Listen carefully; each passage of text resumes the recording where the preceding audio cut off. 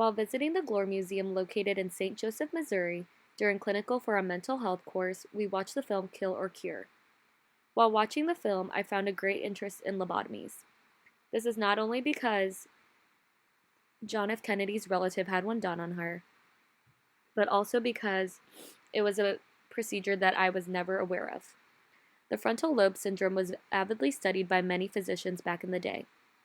Frontal lobotomy was developed in the 1930s for the treatment of mental illness and to solve the pressing problem of overcrowding in many mental institutions in America. During this era, there were no other forms of effective treatment that were readily available. Lobotomies were popularized by Dr. Walter Freeman back in the 1940s. The transorbital procedure involved a pick-like instrument that was forced through the back of the eye sockets to further pierce into the thin bone. This thin bone separates the eye sockets from the frontal lobes. The pick's point was then inserted into the frontal lobe and used to sever connections within the brain. The procedure was thought to make patients who had psychosis to be a lot calmer.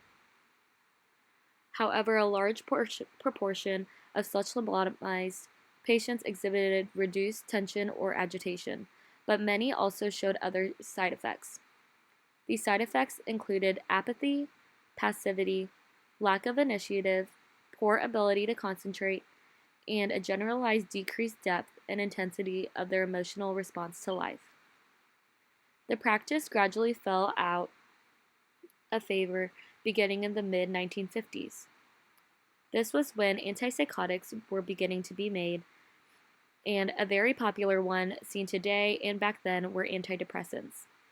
Antidepressants, along with other medications, were seen to be much more effective in treating and alleviating the distress of mentally disturbed patients that came into treatment in the mental institutions. Antipsychotics are a class of medication primarily used to manage psychosis. Psychosis includes delusions, hallucinations, paranoia, or disturbed thought, as well as disordered thought. Principally, these medications are used with those who have schizophrenia and bipolar disorder. Today, lobotomy is rarely performed. However, shock therapy and psychosurgery, which is the surgical removal of specific regions of the brain, are occasionally used for patients who have symptoms that have resisted all other treatments. Overall, I really enjoyed the Glore Museum and hope to go back with my friends and family.